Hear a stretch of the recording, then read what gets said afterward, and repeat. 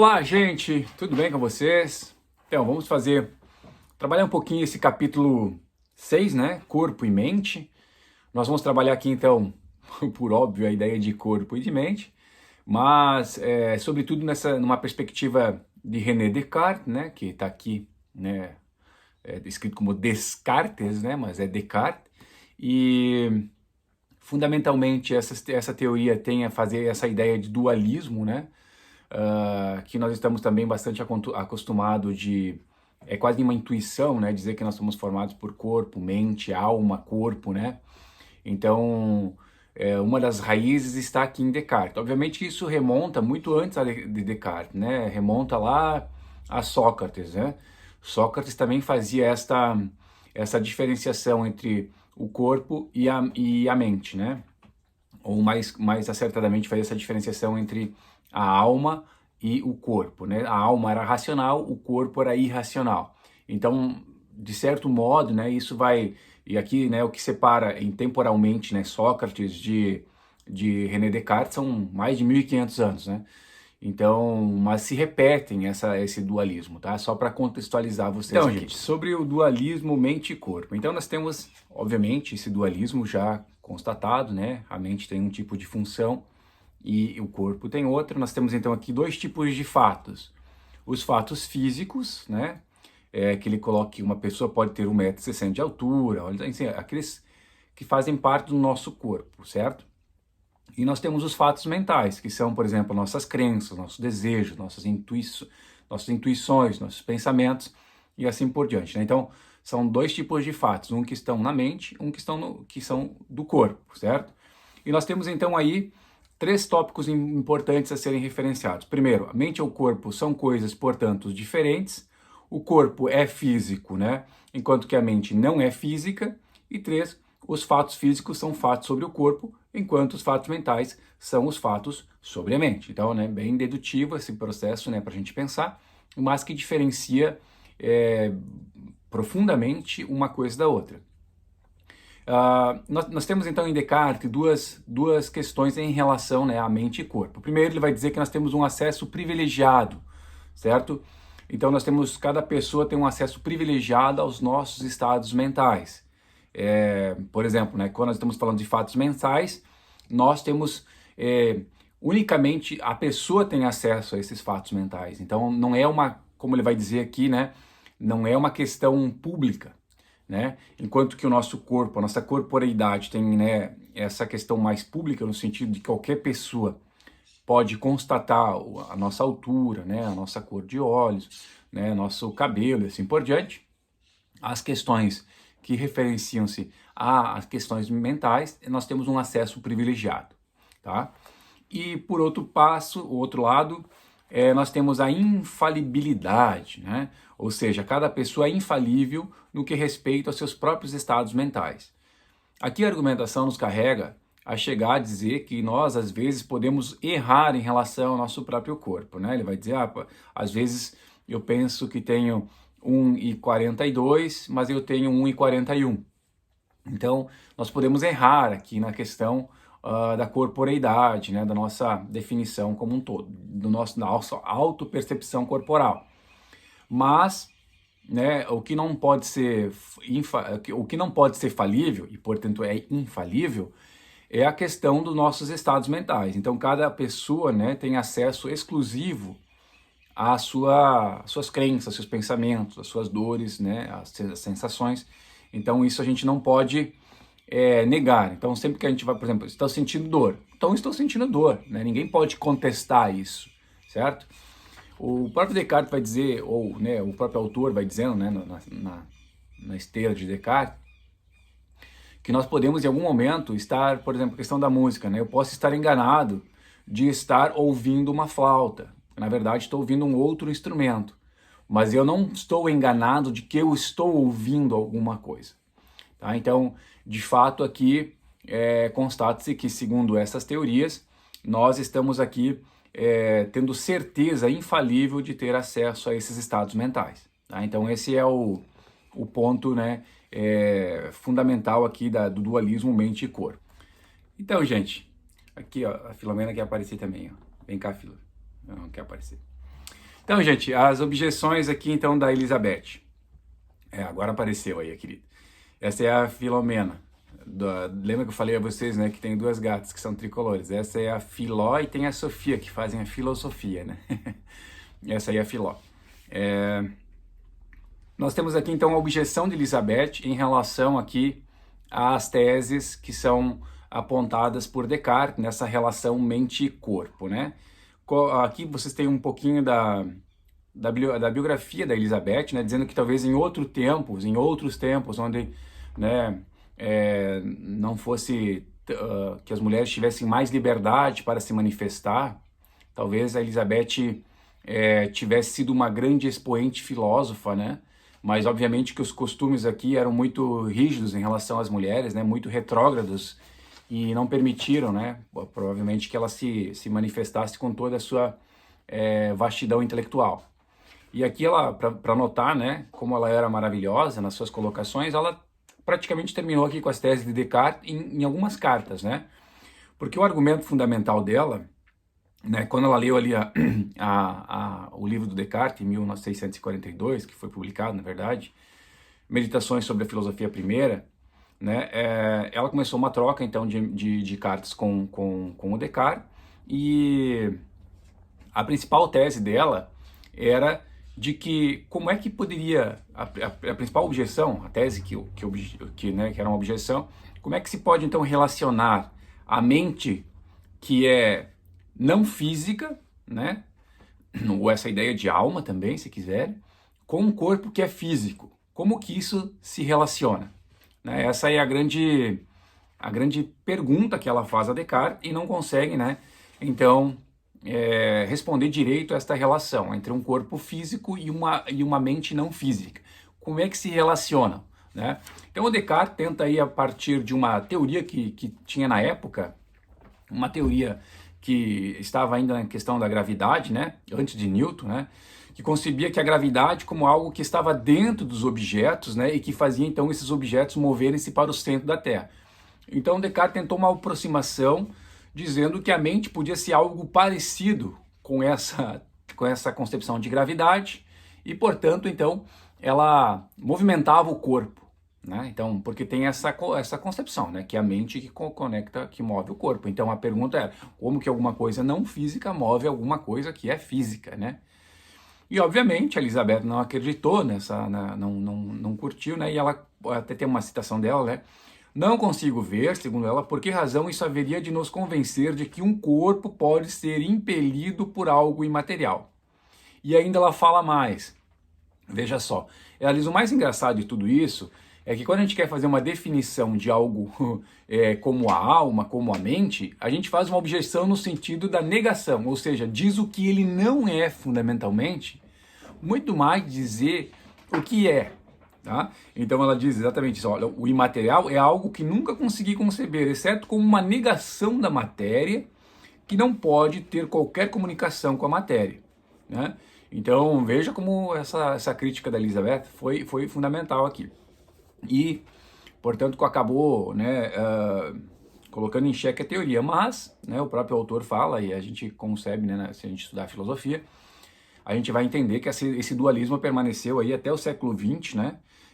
Mas obviamente que o avanço científico, né, a neurociência também, aí se associando com a filosofia, com a psicologia, vão colocar em xeque esse dualismo, né? E acaba que essa concepção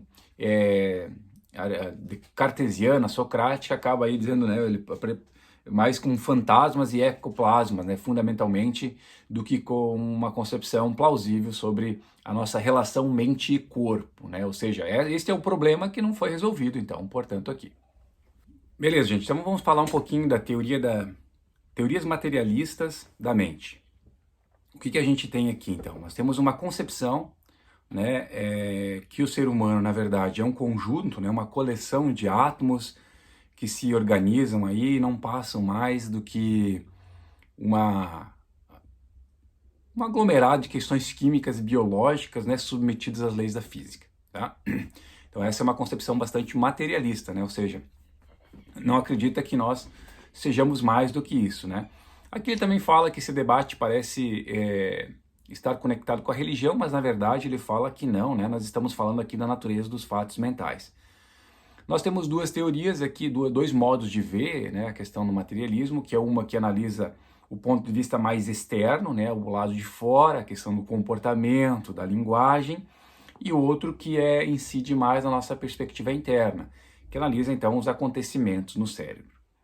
A primeira delas é o behaviorismo, tá? Então aqui o behaviorismo tem a ver com o nosso comportamento, né? Aqui ele vai dizendo, né, bom, muito mais fácil a gente imaginar que o nosso cérebro determina o que nós fizemos. Mas, na verdade, essa teoria trabalha muito por um outro viés, né? Temos aqui os psicólogos Watson, Skinner, né,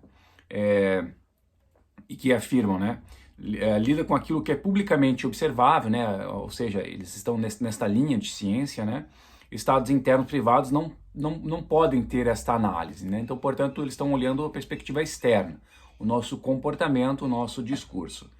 Então, por exemplo, nessa situação em que olharem, por exemplo, aqui a situação, Joana Joana gritou porque estava furiosa, mas ela vai gritar então porque havia crianças barulhentas que a fizeram gritar. Então, segundo a teoria behaviorista, a ciência da psicologia, né, esta ciência trabalha com essa relação, então, estímulo e resposta, ou seja, né, ela gritou porque houve esse estímulo dela de ser aí perturbada pelas crianças, né? Então, os inputs físicos são fundamentais no modo do nosso comportamento, né? Ou seja, determinam os nossos estados. Então, os inputs, aquilo que vem de fora. Nem o Watson nem o Skinner negaram fundamentalmente o que nós estávamos falando antes, esses estados internos mentais. Ou seja, eles trabalham com essa perspectiva de que há esta relação, né, de comportamento em relação à questão da determinação do comportamento do nosso cérebro. Mas não negam que possa haver aí alguma coisa, outro, né? Quem faz isso, no entanto, né, é um filósofo, né? Gilbert Ryle. Né? Então ele sim negou que, na esteira da teoria behaviorista, ele nega que nós tenhamos alguma coisa como estados mentais. Ele vai sustentar, por exemplo, que os estados mentais não passam de comportamento. Né? Ele fala que existem aí alguns padrões de comportamento, né? Por exemplo, estar furioso, ser agressivo, gritar, dizer palavrões, atacar ou virar de costas para alguém, né, compõe um padrão de comportamento, né? Então, nós não possuímos nenhum estado mental, olha só, além de comportamentos, tá? Isso é muito esquisito, né? Porque, tipo, reduz tudo a comportamento. Outros estados mentais consistem numa disposição para ter certos comportamentos em certas ocasiões ou apropriadas. Então, tudo se reduz a comportamentos, né? Ele se chama também de behaviorismo analítico, né? Eliminou então completamente aí os estados mentais. O Riley ficou famoso uma frase dele com o livro dele aí, The Concept of Mind, chamando então aquela perspectiva cartesiana que nós vimos há pouco como o dogma do fantasma na máquina, né? Ou seja, como se tivesse um fantasma dentro de uma máquina, por causa dessa diferenciação entre mente e corpo, né? Sendo que a mente movimentava então o corpo. Então o corpo seria a máquina e o fantasma seria então a mente, né? Ainda nesse sentido, né?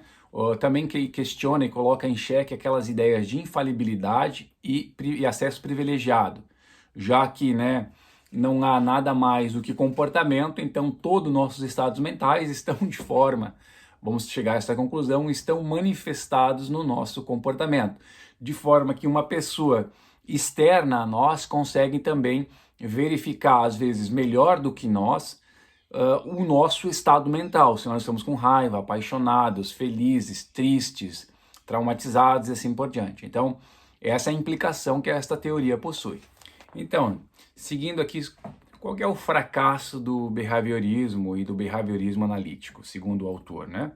Nós temos aqui, então, ele gozou, né, como diz o próprio livro, né, de uma popularidade, né, essa teoria. O Pavlov também, se não me engano, é um behaviorista, né, no sentido estímulo-resposta. Tem aquele famoso experimento do cachorro, não sei se vocês já ouviram falar, né, que ele, toda vez que ele tocava um sininho, né, ele alimentava o cachorro. E aí fazia esta associação. Então toda vez, mesmo que não houvesse comida assim que ele tocasse o sininho, o cachorro iria salivar. Então é um estímulo e resposta, né? Então foi bastante aceito essas teorias. Só que nós temos alguns problemas, segundo o autor, né? Em primeiro lugar, desculpe.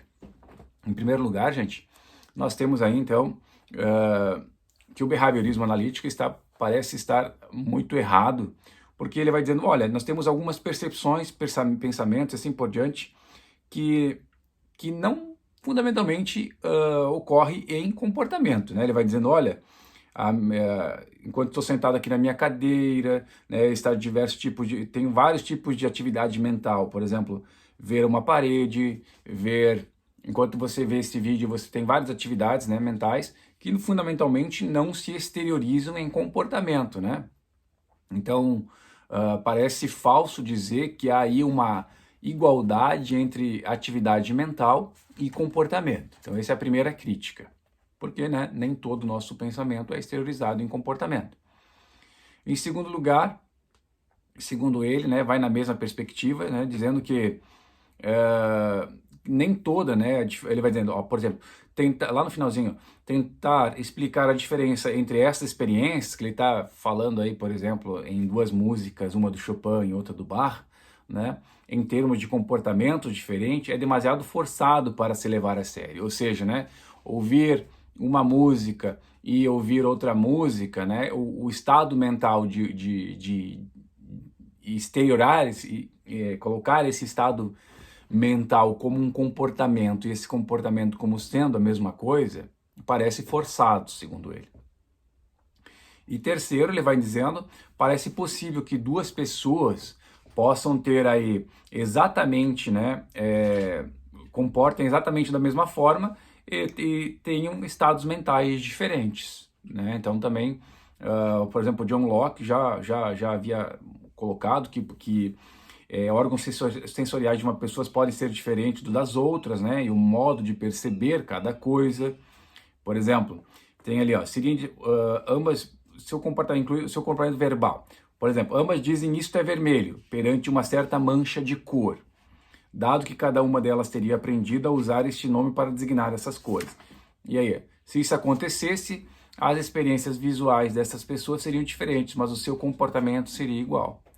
Então, dependendo também, né, da nossa órgãos sensoriais, que podem ser diferentes, segundo John Locke, nós teríamos então também tipos de comportamentos diferentes, né? Então também colocaria em xeque aí o behaviorismo.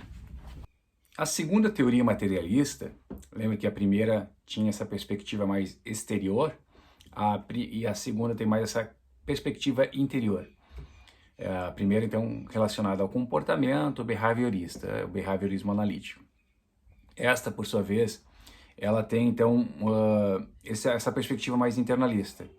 Aqui a gente começa falando, então, da descoberta aqui deste neurocientista, acho que a gente pode chamar assim, de Wilder Penfield, né? Que desenvolveu aí uma técnica para operar o cérebro enquanto os pacientes estavam ainda acordados. Então isso foi fundamental para essa descoberta. O objetivo dele, obviamente, não foi trabalhar com questões de teoria da mente. Ele estava preocupado com a questão da epilepsia, né, para ver se ele podia então fazer algum tipo enfim, de aliviar essas crises epilépticas, né? Então, porque ele conjecturou a hipótese de que seria algo no cérebro, né, alguma ocorrência no cérebro, né, alguma possível disfunção no cérebro que ocasionava essa epilepsia, né? E aí, portanto, ele precisava tirar esta parte do cérebro onde ocorria essa disfunção. No entanto, gente, ele tinha um problema de saber qual que era a parte exata do cérebro que ele deveria operar, né? Então, ele teve aí alguns indícios, né, de que os pacientes iam ouvir luzes e ouvir sons no início dos ataques, né?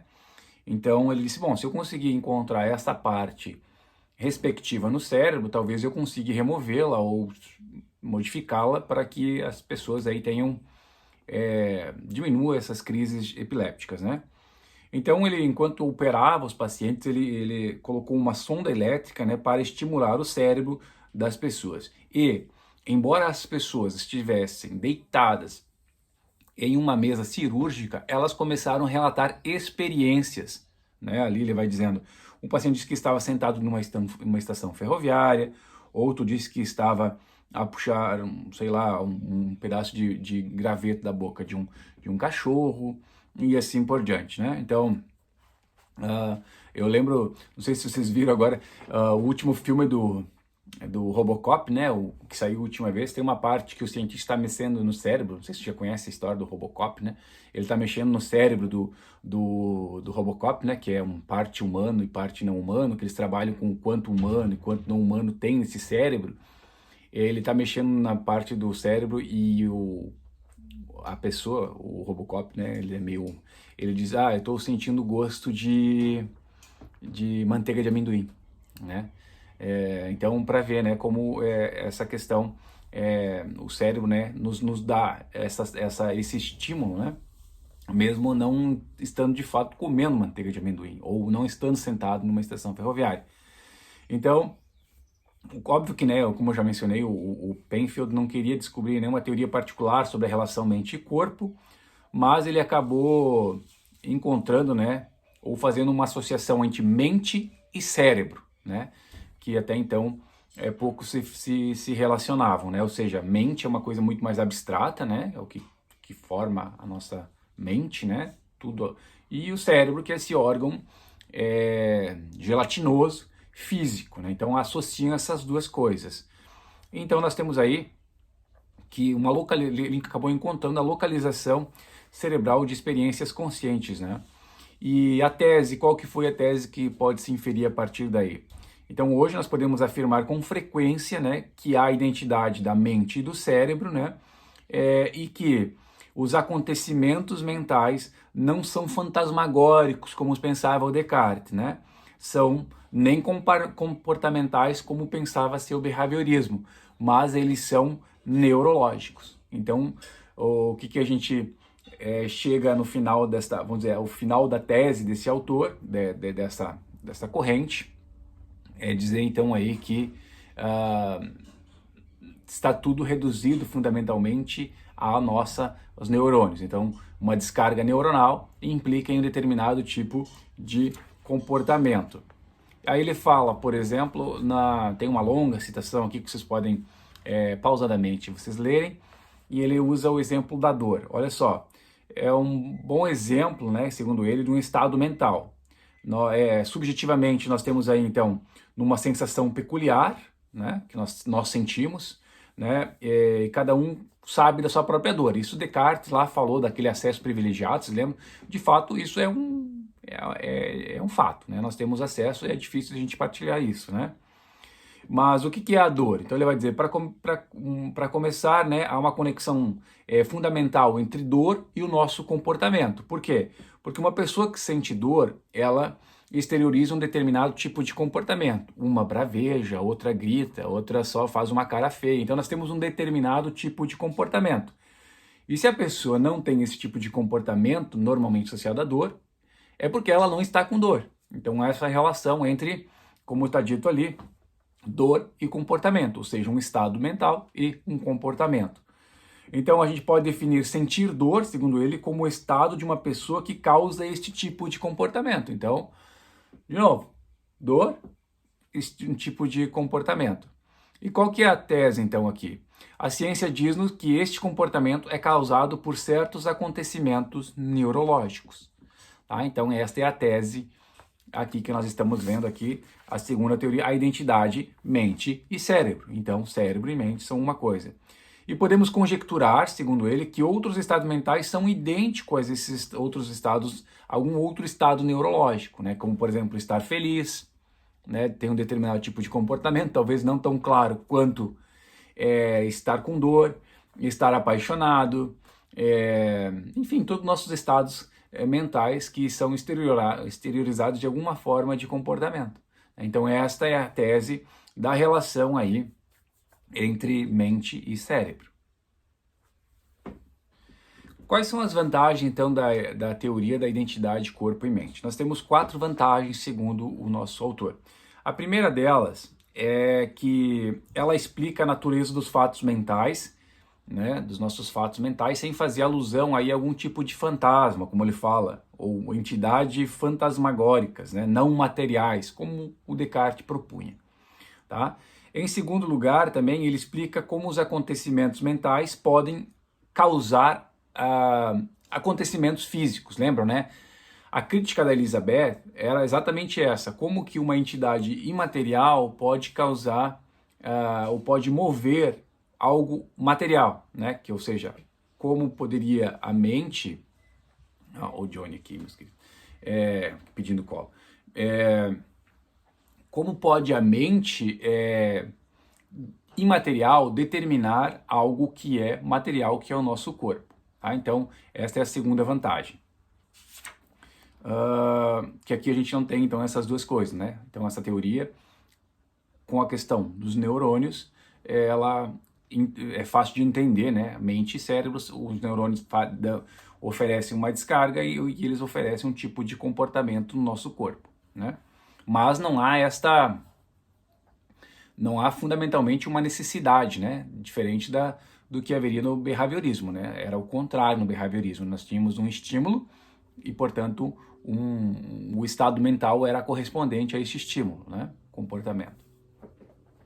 Em terceiro lugar, segundo essa teoria e a vantagem dela, ela consegue explicar como o pensamento ocorre sem que se dê qualquer comportamento. Então, veja, tem esta vantagem, né, de que nós tenhamos alguns tipos de pensamentos sem que nós tenhamos necessariamente algum tipo de comportamento, né? Ele fala, inclusive, nós podemos pensar sobre Paris sem que haja necessariamente uma exteriorização sobre Paris, né? E por último, a teoria da identidade entre mente e corpo, entre mente e cérebro, desculpe, é que nós conseguimos explicar melhor a ideia de funcionamento da introspecção, né? Que é esta questão que está em nós, na nossa mente, né? No nosso cérebro, portanto, porque é uma identidade, né? E que é um processo interno, né? E que nós temos aí, ó, disparos neurais não estão ligados a input dos olhos, dos ouvidos ou dos outros sentidos. Então nós podemos aqui falar da imaginação, né? Nós estamos trabalhando no âmbito da imaginação e não dos órgãos, apenas daquilo que chega dos inputs, né? Exteriores, né? Nós podemos ainda conjecturar um pouquinho mais profundamente aqui de que a gente já imaginou, já teve algum tipo de input na nossa vida, né? Que faz a gente pensar ou entendeu, mesmo sem estando em Paris, que há a Torre Eiffel, que há lá o Arco do Triunfo, que há a Champs-Élysées, que tem estas ruas, vamos dizer assim, esses monumentos lá. Mesmo não estando lá, a gente sabe que eles estão lá. Então já tivemos um momento, este encontro sensorial, tá? Mas neste momento a teoria consegue explicar que nós podemos pensar em Paris sem que necessariamente esses inputs estejam agora sob os meus sentidos. Compreendem? Então por isso que a gente pode então falar aqui desta capacidade, desta competência, né? Dessa faculdade que nós temos da imaginação, que ela é tão linda. Eu adoro porque a imaginação faz a gente sair de nós mesmos, ela faz a gente ir para lugares extraordinários, ela faz a gente ver coisas que extrapolam a ideia das leis da natureza, né? Extrapolam a qualquer tipo de lei, né? Então a imaginação é uma coisa fantástica, né? Então ela explica muito bem essa parte da introspecção humana, a teoria mente e cérebro. E nós temos aí, olha só, a introspecção dá-se um tipo especial de acesso aos nossos próprios estados mentais. Então é isso, né?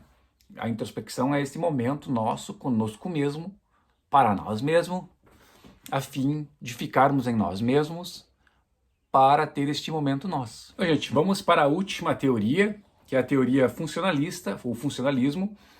Ela também está associada mais à perspectiva internalista, e ela faz algumas objeções à teoria da identidade mente e cérebro.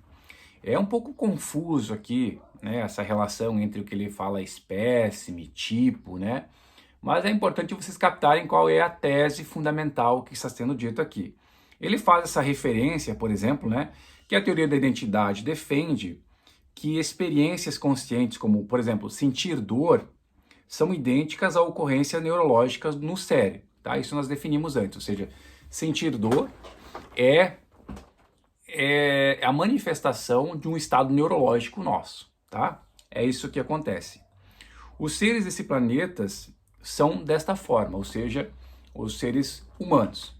Mas, se nós pensarmos, né, em outros seres, ele fala aqui nos neurônios dos alienígenas, parece que com uma outra bioquímica que não a nossa, então nós iríamos impedir ou deixar de dizer que estes seres possam sentir dor. Tá? Até aqui ele está dizendo isso, ou seja, restringir a dor a uma definição desta relação entre esta concepção neurológica, né, específica dos seres humanos, estaria limitando então aqui a questão de alienígenas sentirem esse tipo de dor, tá? Então, diferentemente, qual que é o problema aqui? Ao definir a dor como idêntica a aspectos particulares do nosso cérebro, né, a teoria da identidade mente e cérebro parece comprometida com um infeliz chauvinismo humano. Tá? Então aqui ele faz uma diferença entre espécimes e tipos. Não sei se vocês compreenderam direito aqui, mas o que ele quer mostrar fundamentalmente aqui? Que os espécimes são menos gerais e os tipos são mais gerais. Tá? Por isso que ele vai dizendo, por exemplo, eu tenho suponha que duas pessoas têm uma nota de 20 euros no bolso, então elas são de um mesmo tipo, mas cada uma de uma espécie diferente, ou seja, o mesmo tipo é mais abrangente, né? E espécimes é menos abrangente, porque ela tem assim, o espécime ele é mais específico, tá? Aí ele faz toda uma digressão aqui, para mostrar fundamentalmente que nós precisamos então pensar muito mais que nós estamos falando de um tipo, de um espécime de função, do que propriamente nós estamos falando de uma relação entre o neurônio do ser humano, né, e a dor. Então é isso que o autor está tentando mostrar aqui, embora eu acho que a argumentação não fique muito clara aqui, né? Mas o que ele está mostrando é que se nós restringirmos ao tipo de função neurológica humana, nós impedimos que se fale aí de qualquer outro tipo de outro espécime ou outro tipo. Podemos usar dessa forma também, mas sem prestar muita atenção no como ele coloca, de possibilidade de sentir dor, né? E aí por que isso é importante? Porque ele vai dizendo, é mais importante do que prestar atenção fundamentalmente nessa definição da especificidade, né, do tipo que nós sentimos dor, nós temos que prestar atenção no modo e da função que essas estruturas cerebrais nos oferecem. Então, por isso que ele chega lá na página 129, ele fala assim, ó, identifica antes a dor, citando a dor como exemplo, né, com os aspectos físicos de um sistema que desempenham certa função no seu interior, sejam elas quais forem, ou seja, independente de ser um alienígena ou serem um humano. Como primeira aproximação da definição de teoria da função, do funcionalismo, nós podemos dizer que a dor é a ativação de qualquer aspecto de um sistema físico, olha só, que desempenha nesse sistema a mesma função que os disparos de neurônios desempenham no nosso sistema. Então é muito mais abrangente essa definição, porque ela é funcionalista e não tipicista, no sentido de dizer que só o tipo de sentir dor humano é um tipo que sente dor. Tá? Então o funcionalismo se preocupa mais com a função do que propriamente com a definição do tipo, né? Então isso é interessante porque qualquer ser que possua, então aí, vamos falar aqui, ele fala em alienígena, né? Mas pensar nos animais também, né? embora os animais tenham o cérebro na questão de sentir dor muito parecido com o nosso, nós podemos dizer que eles sentem dor também, né? Porque embora não sejam tão complexos quanto a nossa, mas eles têm um cérebro muito parecido com o nosso, né?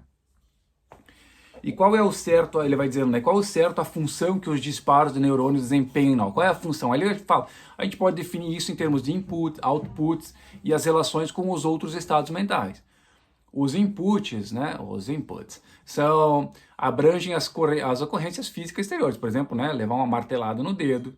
Os outputs, por exemplo, o grito, né? O xingamento que eu vou dar, porque provavelmente eu faria isso, né? E as relações, né, que a gente pode ter a partir disso, né, ficar triste, né, ficar, sei lá, não poder escrever, não poder, sei lá, xingar alguém que está contigo na hora só porque está bravo mesmo, né? Então, ou seja, são as relações que ocorrem por esta manifestação deste estado mental a partir do comportamento, né? Então essa é a tese.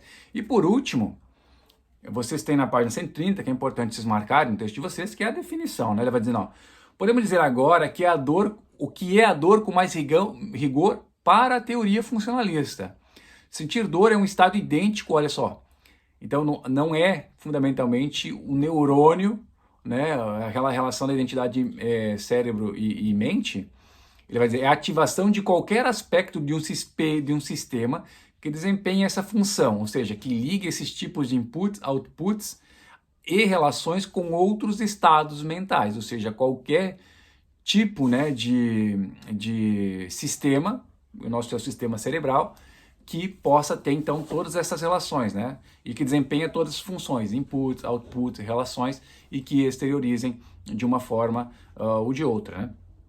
Certo? É uma teoria mais complexa, tal, mas é importante vocês darem uma revisada também a partir dessa discussão, né, para ver se vocês ficam claros, né?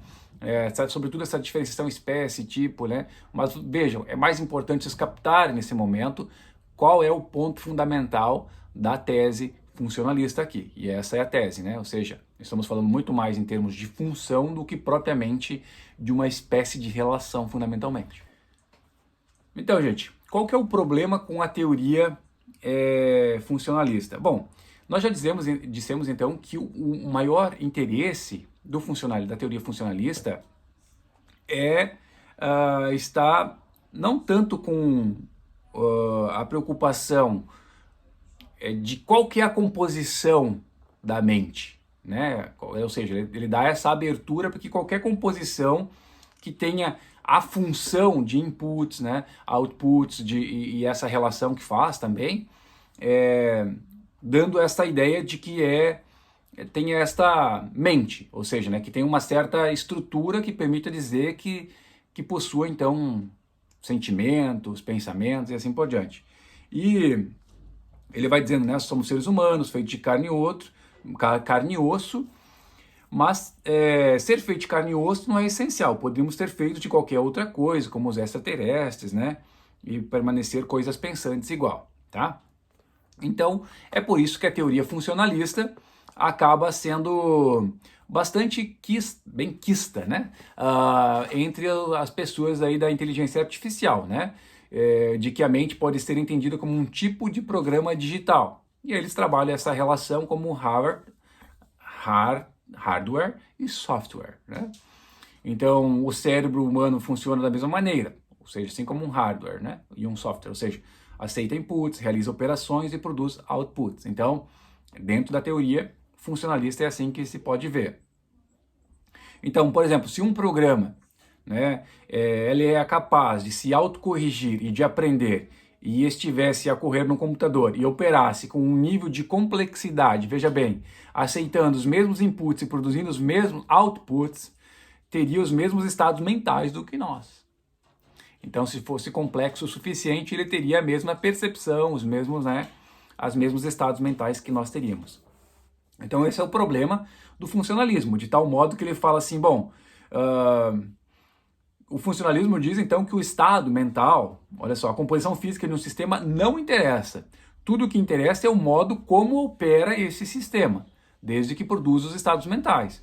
E aí ele diz, olha só, suponha que imaginemos um sistema que consiste de uma vasta coleção de latas de cerveja ligados por arames e roldanas e alimentadas pela energia de moinhos de ventos, de tal forma que o chacoalhar das latas duplicam exatamente os disparos de neurônios no cérebro de uma pessoa. Será que esta geringonça seria consciente e teria os mesmos desejos e crenças? O funcionalismo explica que a resposta é afirmativa em ambos os casos, mas os seus críticos consideram isso um absurdo. Então, veja bem, se você não está preocupado, como a teoria funcionalista está, em dizer que tipo de mente deve ter determinados estados mentais, né, inclusive abrangendo até os alienígenas, ela cai também nesse outro problema, porque qualquer coisa que desempenhe as funções e produza estados mentais, estariam produzindo estados mentais iguais aos nossos. Tá? Então esta é o calcanhar de Aquiles da teoria, então. Por último, né, nós temos ainda algumas dúvidas sobre as teorias materialistas. Vocês podem ver que elas são bastante reduzidas ou reducionistas em relação ao fisicalismo, né? Então, por exemplo, nós temos dois aspectos aqui interessantes da perspectiva mais subjetiva, que, portanto, é o subjetivismo, que aí, por exemplo, pense como é ver uma relva, né, verde, ou saborear uma ameixa, né? Pense, por exemplo, na experiência que tem de si, ele vai dizendo, né? O aspecto peculiar do verde, o gosto da ameixa, né? Essa experiência tem um caráter subjetivo. Há algo que consiste no como ver esta cor e no como saborear. Essa questão do ponto de vista mais subjetivo, né? Da relação da experiência de imagens, das relações de som, sensações, emoções, né? Torna toda a questão do elemento físico, onde nós estamos, totalmente inusitado, ele é particular, por causa justamente da nossa experiência, né? Mas, segundo o que nós temos visto aqui, o caráter subjetivo, por exemplo, da experiência, ele está totalmente ausente nas teorias materialistas. Então, esse subjetivismo ele é eliminado. Essas teorias nos falar do comportamento, né, do estados cerebrais e do funcionamento do sistema, mas nada disso ocorre, por exemplo, ao aspecto verde da relva, ou considera, por exemplo, o sabor da ameixa. Então, né, será que nós somos só de fato matéria? Onde entra o subjetivismo nesta questão? Então, aqui o subjetivismo, então, é um contraponto, né, às teorias materialistas. O outro contraponto é a chamada teoria da intencionalidade. Ele coloca aqui Franz Brentano como, né, o pai da intencionalidade dos estados mentais, né, na obra Psicologia de uma Perspectiva Empírica. Nós temos também um outro pensador, Husserl, também, que trabalhou com a perspectiva da intencionalidade.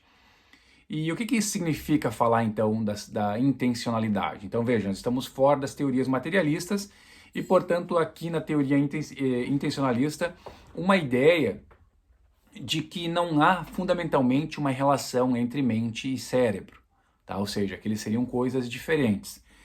Por exemplo, né, no seu estilo germânico, Brentano está chamando a atenção, né, para o fato dos estados mentais serem sobre coisas que não eles próprios. Ou seja, são coisas... Veja bem, olha só. Estados mentais serem sobre coisas que não são eles próprios. Os estados mentais são sobre coisas. São sobre coisas, não são sobre eles mesmos, tá? Por exemplo, o meu desejo de ver Paris é sobre Paris. A sua crença de que a água do mar é salgada é sobre a água do mar. E a confusão do estudante de matemática é sobre a raiz quadrada de menos 1. Então, qual que é o problema aqui? Qual que é a pergunta fundamental aqui?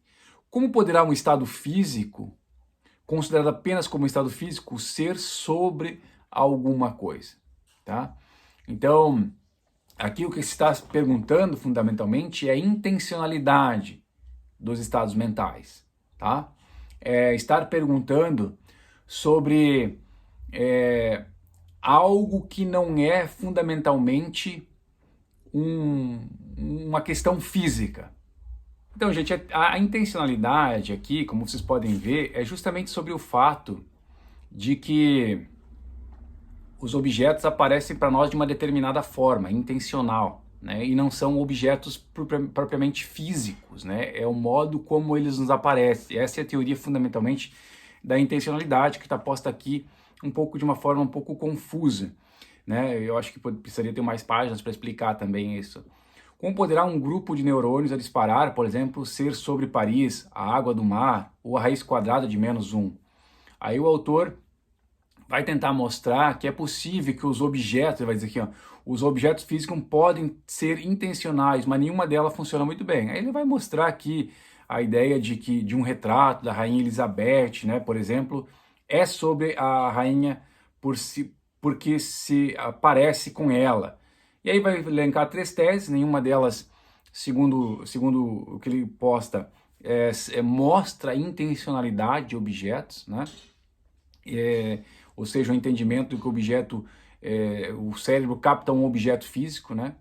Então, e portanto, os estados mentais são estados mentais sobre determinadas coisas, que não são, ou esses estados mentais seriam também não fundamentalmente o próprio cérebro, o que também, para a teoria da intencionalidade, cai num problema lá pro que a gente viu com o Descartes, que a gente vai falar então, poxa, mas como que essa mente que não é o cérebro pode de fato interferir no corpo? Então tem outro problema da intencionalidade. O próprio autor aqui, eu acho que ele não deixa muito claro essa teoria da intencionalidade, né? Mostra ali outras perspectivas, né? De outros filósofos falando ali a ideia de estado cerebral, né? Objeto, se o estado cerebral estiver relacionado causalmente. Mas aí, por exemplo, né, o nosso cérebro está fazendo essa volta de causalidade, né, para tentar explicar a intencionalidade do objeto, mas caem por terra porque a gente pode pensar em objetos que não são de linha causal físicas, né? Ele cita até a questão aqui acho que é do unicórnio, marcianos, políticos honestos, né?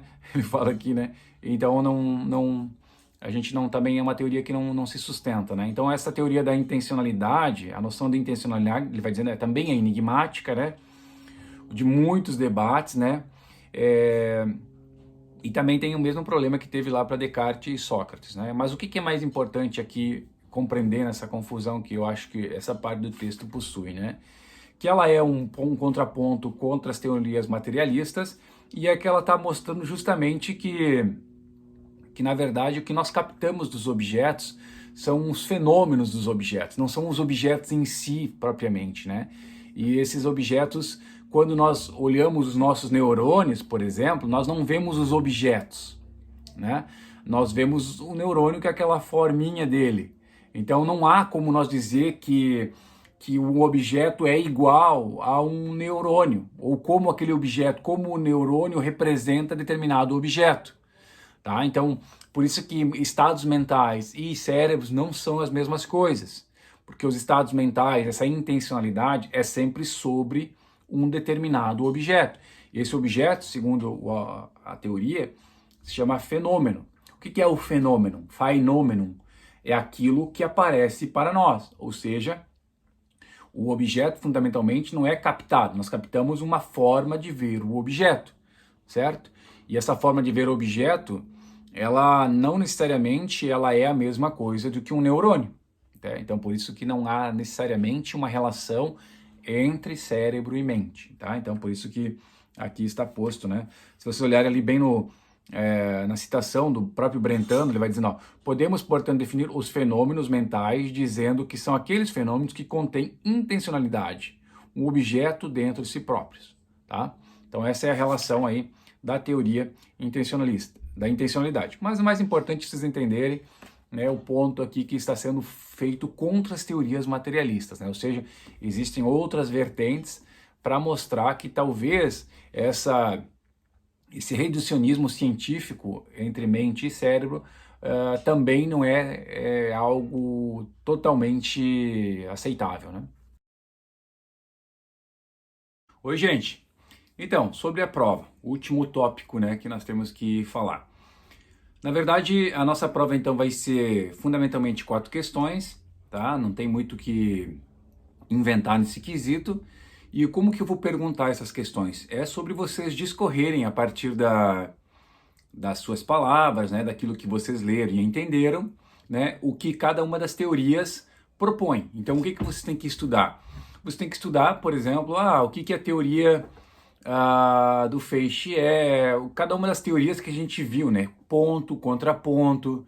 Às vezes eu posso pedir para vocês fazerem, por exemplo, uma relação entre as teorias, tá? Então, obviamente a prova é sem consulta, tá? Então é importante que vocês já saibam disso para também vocês se organizarem no modo de estudo de vocês.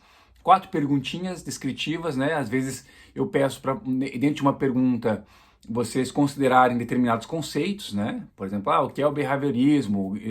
Ao responder, já que a gente falou disso, né, nessa aula, o que é o behaviorismo analítico, né? Então, nesse sentido, né, para que vocês possam aí ir se organizando como vocês vão fazer um estudo, né? Então, é uma prova dissertativa, não é objetiva, tá? E então esse será o modo que eu vou cobrar vocês o entendimento de cada teoria, tá bem? Então é bem tranquilo, não é muito complexo, mas obviamente vai precisar que vocês também tenham essa clareza em cada uma das teorias e cada texto que a gente estudou, tá legal? Um abraço para vocês